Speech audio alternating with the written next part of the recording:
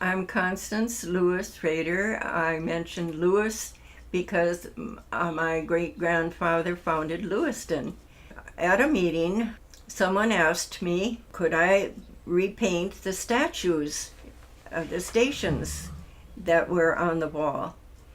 And at that time, the stations were painted white because the church apparently had decided that the statuary was becoming disruptive to people's prayers.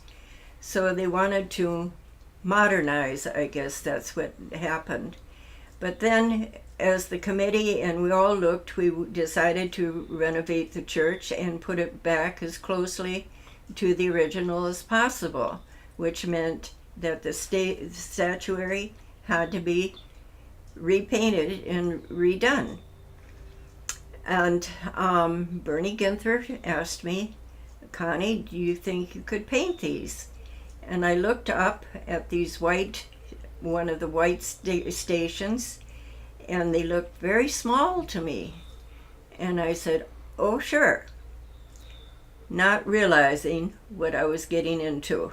I had to learn how to sculpt. I had to learn gold leaf, enough German to get the lettering correct. All in all, a much bigger job than what I thought it was going to be when I said, oh yes, I could do that. Some of the things they actually threw down the hill to get rid of them. My mother-in-law said the story of how the sisters wrapped up baby Jesus and was going to throw it down the hill, and she grabbed it and gave it back to the people that had donated that particular little statue. They were going to throw the Sacred Heart, which is in the back there, down the hill.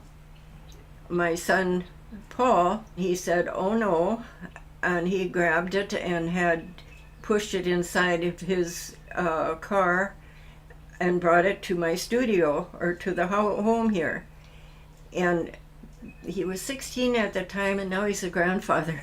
The rest of the parishioners did go down by the hill and put in some of the broken and saved the statuary and put it in the basement of the church. And so those are the statues that I had to do a lot of fixing and learning how to not only sculpt, but plaster of Paris. I think the one that bothered me more than anyone was the one plaque that was from Two Harbors, Minnesota. It had fallen off the wall and went into 100 pieces. And they said, would you please fix it? And so I did. It took me quite a while, but it was like fixing a puzzle. And I had to make it look, and I think you have a photo of it, look like the original, like nothing had happened to it. And so I was very pleased with it. I put it that way, pleased myself that I completed it. Sent it back home, and about a half a year later, another one fell. And it's terrible, but I actually scolded that priest. I says, how could you have allowed that to happen? I always told the fathers that came, don't do anything with them, don't touch them, because we've got gold leaf, we've got oil that could be scratched or whatever, and these are very precious art pieces.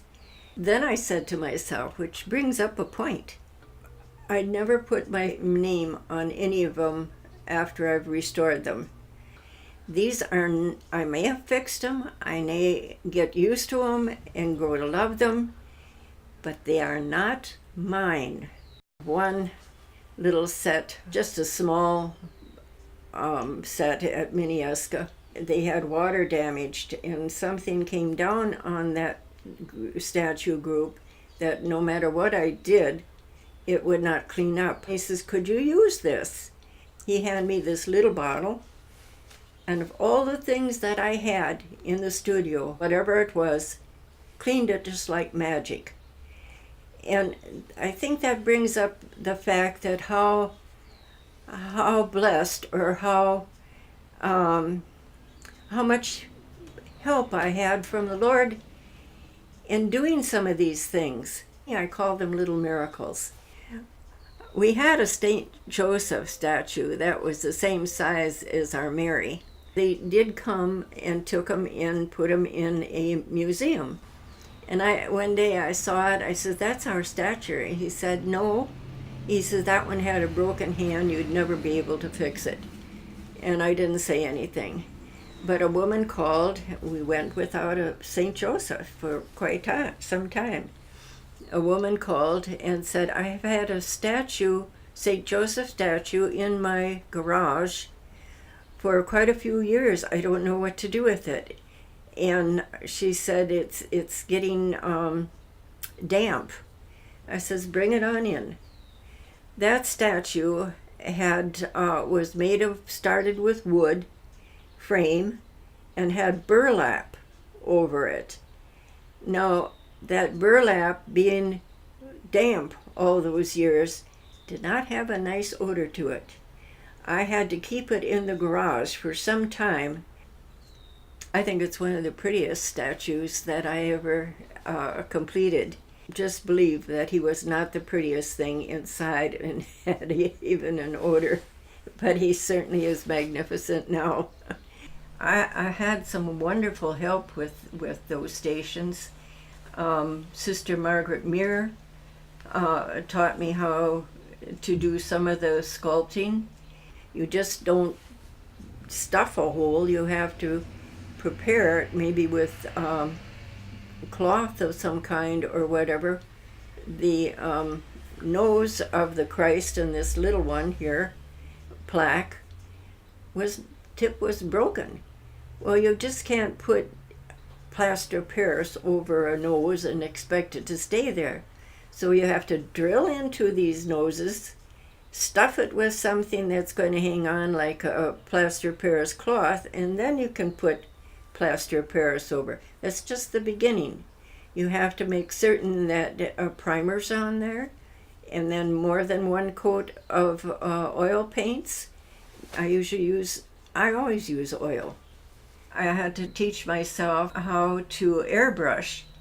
And airbrush made the statue very beautiful and smooth and lovely soft colors. I think I loved doing this. No question about that. I was never happier. To me, I could be aware of Christ's presence or helping presence, let's put it that way. And my family, of course, was very, very good. And so the parishioners have always been so kind to me and complimentary. And it was something that I will continue to do until I can't anymore. And I have right now some plaques for a church in Winona, but I'm not too certain whether these will be the last ones or not. But I have been very happy doing statuary, even though I had to teach myself how to do it.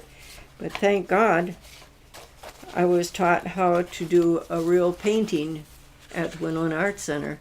I have to give them a plug. And of course, without question, every priest that came into the house, every person that came in and wanted their beloved little statues fixed, always, all of them were lovely people.